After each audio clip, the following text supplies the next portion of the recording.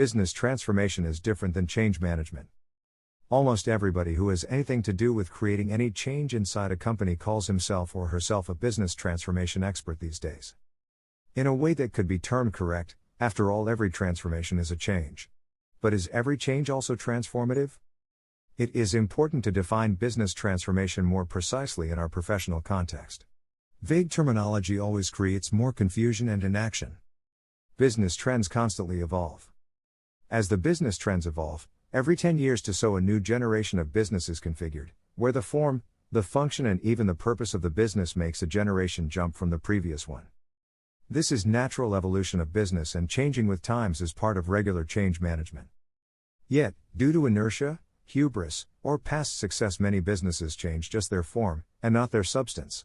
As a result, many businesses are at least one, and sometimes more, generation/s behind in substance. If you do not agree with me here, or want me to give you a vivid example to illustrate this point, all you have to do is look at what has happened in supply chain circles. There are a whole lot of transportation companies and managers who have changed their titles from transportation company, or manager, to logistics company, or manager, to supply chain company, or manager, without any real change in their function. I have written extensively on the differences between logistics and supply chain management elsewhere in these pages, and will be happy to provide you with the links if you want to read them. Bringing such businesses up to date require an effort more than change management. Business transformation takes more effort than change management. In supply chain-led business transformations, the picture looks something like this. The blue line in the above picture depicts business transformation that takes a methodical approach to upgradation, while the yellow line depicts regular change management that results in gradual evolution over a longer period of time. Why business transformation is difficult? I have written a lot on this topic. For the sake of overall brevity, I will give you links with the key points which you can peruse at your leisure. First point worth reading about is, why supply chain business transformations, BT, jobs differ from supply chain business as usual, BAU, jobs. Allied with that thought is another relevant topic, why good business executives make bad business consultants and vice versa. Finally, this blog will give you additional insights on the difficulty of business transformations, what I learned about business transformations fighting pirates, not in the Caribbean. Part 1. If you conclude that most business transformations end up only partly successful, you would not be wrong. That is why, you might observe that most companies end up moving the goalpost when their business transformations are only partially successful. Business transformation is an act of leadership. There are dozens of studies and surveys from very authoritative sources which all conclude what Peter Drucker wrote a long time before them. For this reason, I am not going to belabor this point. All I want to add here is that change management requires leadership as well, but the level of leadership needed for business transformations is far above and beyond that. Why good business transformation people are rare? It is nearly impossible to have all the skills necessary for business transformation in one person. The reason is simple: the skills and qualities are far too many. This blog discusses the point in a lot more detail, and is worth exploring if you would like to dwell on it. Are good business transformation people worth their weight in gold? Effective business transformation leaders come from a variety of backgrounds. There are hundreds of fine examples of people rising to the occasion when they are thrust into a situation that needs outstanding leadership. There are some key leadership attributes that take a company through its transformative journey successfully. Here is an interesting published article on the topic which is worth a read: Supply Chain Leadership in Tough Times. It is interesting to note that almost all the predictions of the article have come true since the time it was written.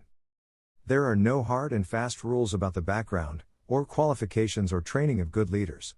Almost every such rule would have as many exceptions as examples.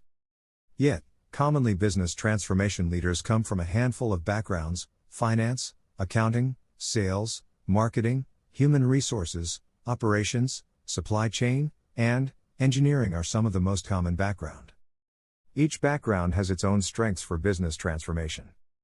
Finance, accounting and associated consulting firm background brings tight focus on budgets, controls and compliance.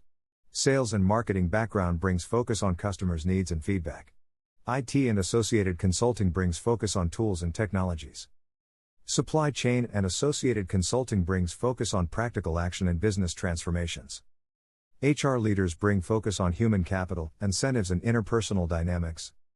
Strategy and top-tier consulting background brings focus on an open mindset, thorough research, hypothesis testing, root cause discovery, rigorous documentation and report writing. Predictably, each background also has its own blind spots. This article would not be necessary if one of the backgrounds was so ideal that it did not have a blind spot, because sooner or later that would become clear to everyone and the question asked at the top would not exist at all. Finance, accounting and associated consulting firm background can frequently lose sight of the human element in the overall scheme of things. Sales and marketing background people can easily lose sight of the costs attached to complexity they introduce within the system. IT and associated consulting personnel are frequently seen putting the cart in front of the horse. Supply chain and associated consulting can lose way in the weeds. HR leaders can easily get lost in Machiavellian politics. Strategy and top-tier consulting background personnel can lose way in theoretical studies that never see the light of real-world implementation. Of course, the above generalizations are based on oft-repeated stereotypes, but these might be some truth in them.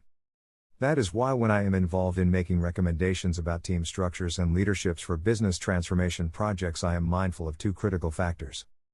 1. Cometh the hour, cometh the man, or the woman. What do I mean by that? Circumstances will tell you what kind of leadership is needed for business transformation. Generally, the boards and the search committees are adept enough to realize what kind of leadership they need for the current business transformation, and they do a fairly good job of trying to find one. In fact, they are so adept at it that if you follow the evolution of the CEO over the past 7 decades, you will notice as distinct trends shown in the figure below. Click on the infographic to see a full screen version of the same. Look at the response to the survey below, which rates the supply chain professionals as the most effective business transformation leaders at the present time. The picture would have been very different a couple of decades ago. 2. Second in command is equally important. Long years as chief officer on a ship before becoming a captain taught me how important it is to have a complementary skill sets between the two leaders in any situation where they make up for each other's blind spots. In my experience, this point is extremely important. The only reason I am not elaborating or emphasizing it more is because I hope it is just as self-evident and clear to the readers as it is to me.